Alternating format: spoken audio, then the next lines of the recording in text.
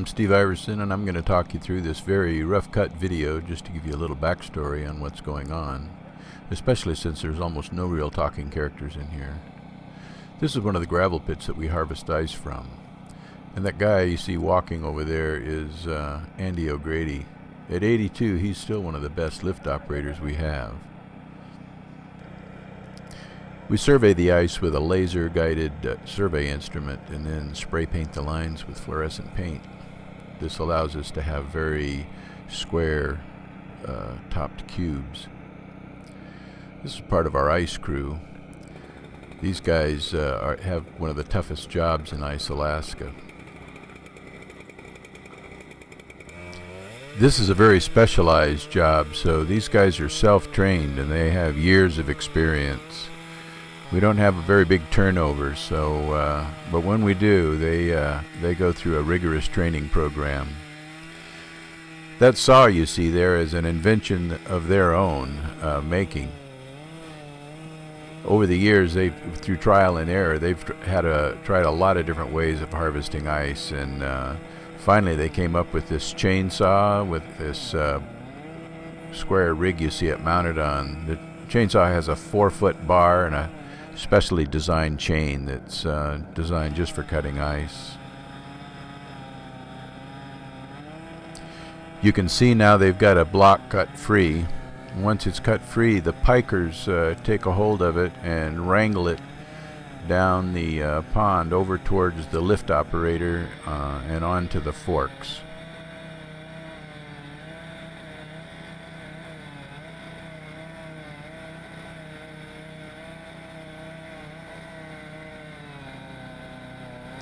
This is actually a little harder than it looks. It takes a little bit of skill to get that block oriented just right so that lift operator can pick it up. The block has to go just slightly tilted onto the forks so that it doesn't fall through or fall off.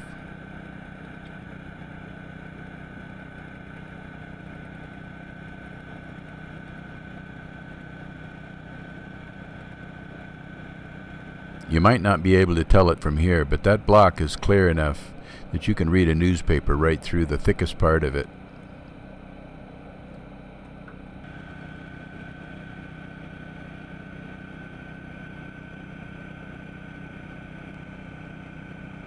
And there goes Andy.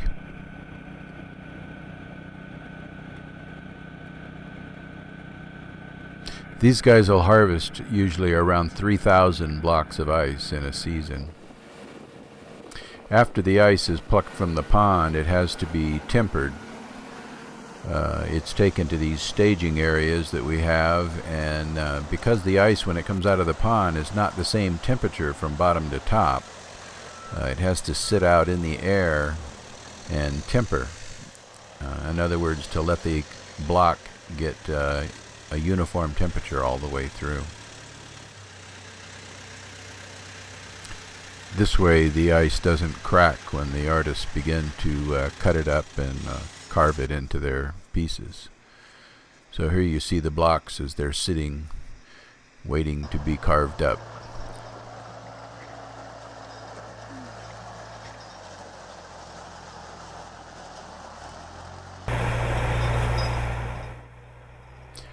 Once the ice has been stacked in place, the ice harvester's job is not done. Most of them are also lift operators, so they have to move the ice around for the artists all through the event. And even when temperatures at night can dip down to 30 below zero.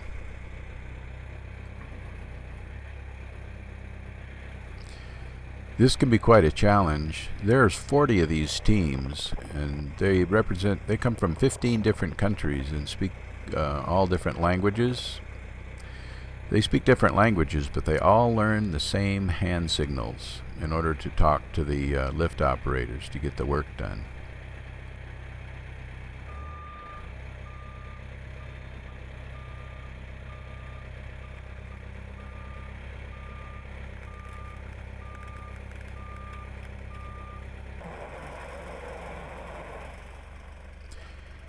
Most of these teams will need motorized assistance throughout their project. At 10 blocks of ice, that's over 40,000 pounds. It's surprising how much even a small block of ice weighs.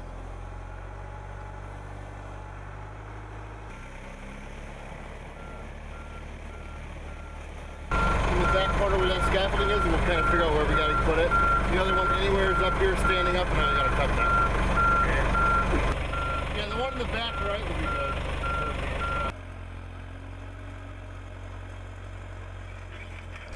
While they're not required to use every block of ice, they lose points for every block that they don't use.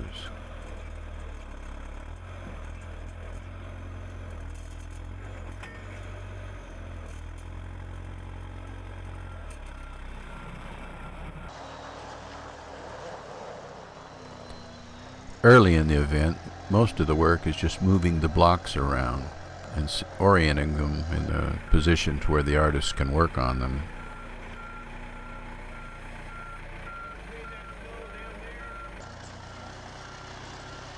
This is my B camera operator, Kim Pett. I just love the way she finds just the right light.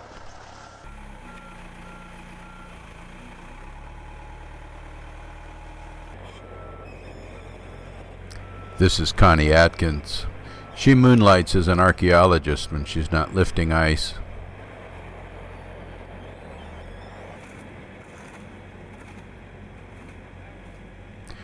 We have 6 of these rigs on the arena, and at one time or another they'll all be out here working and lifting.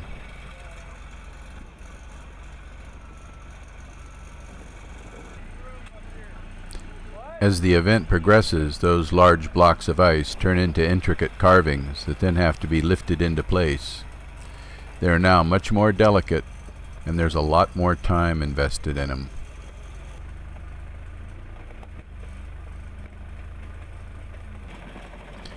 This is where a very highly skilled operator pays off.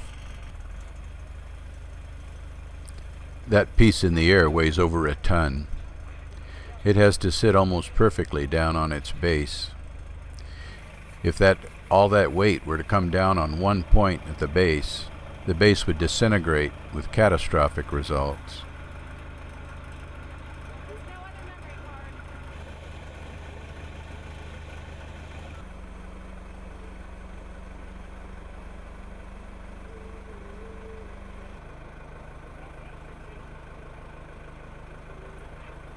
These guys have done good. This is almost a perfect match.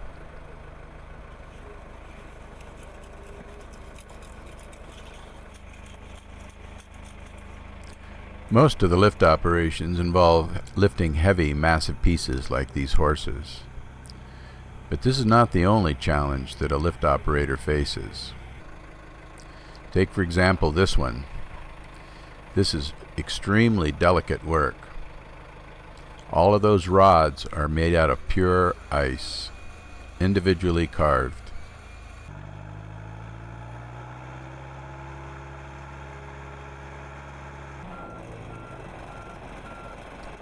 And then there's the foot traffic. The competition's open to the public, so heavy machinery, children and adults have to share the parkway without a single incident.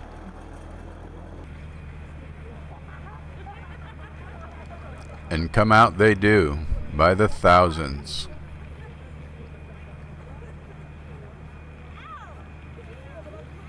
And of course, every year there's at least one project that's a real bear.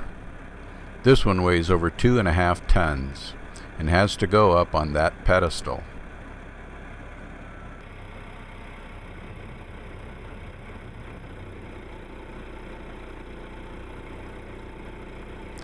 Once this piece is in place, the total lift height for that bear will be 28 feet.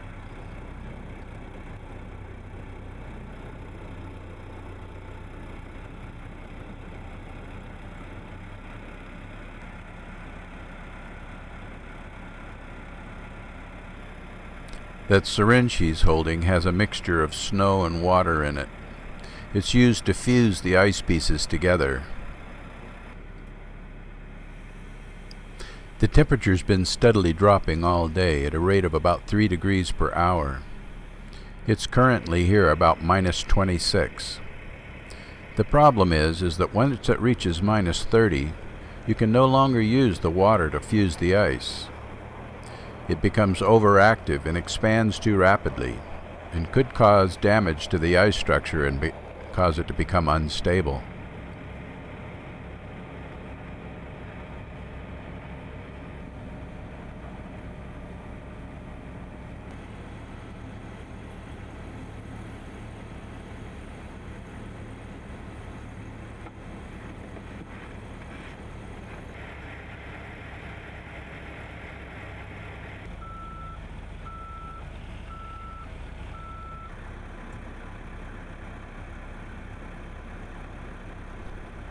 The bear is next, and is already rigged for lifting. The lift operator does the rigging, and inspects it just before each lift.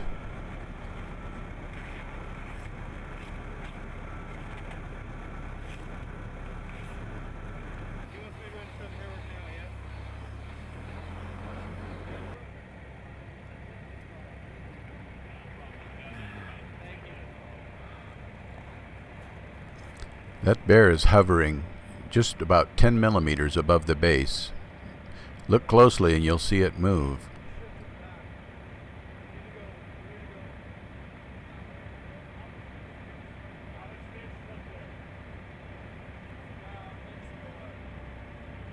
God, I wouldn't stand that close. Uh-oh, I hear noises.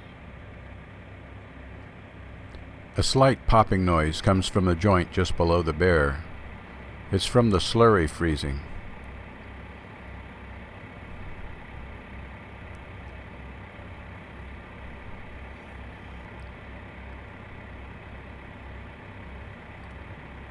Our thermometer is now reading 28 below, and it's becoming more dangerous to apply the slurry. If you look really closely, on the left you'll see the ice change color.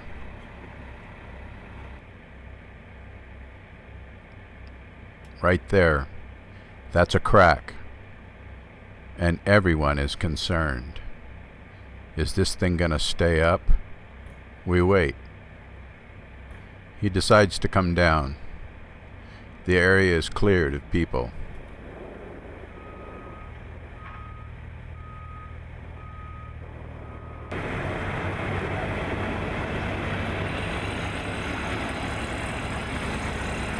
A little bit of a crack up there?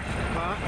Is that a crack? Yeah, it just shows a perfect seam for the most part, and the cleared through, and then just a small fracture up front. So that's it. I'm going to put some in the back because I have a piece to go in the back and I have to take the straps off. So I have to go back up anyway. But so just do small tacking the whole time. Yeah.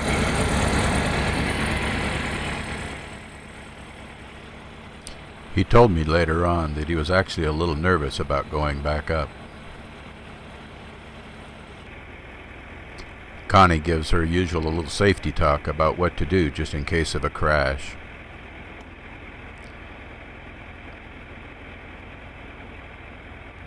And then up they go.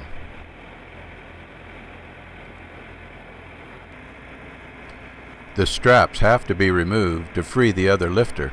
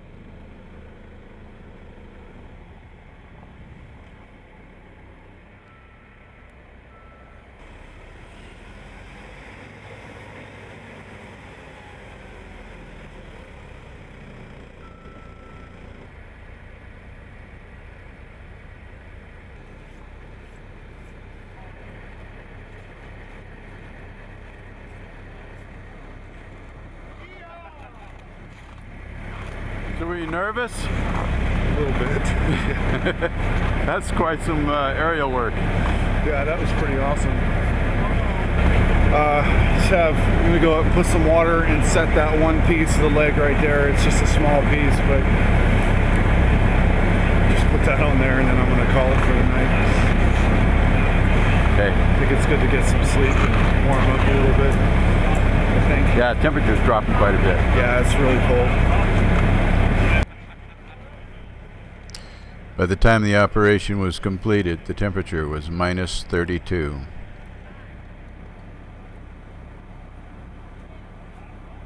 Well, that's the end of the video, and thanks for watching.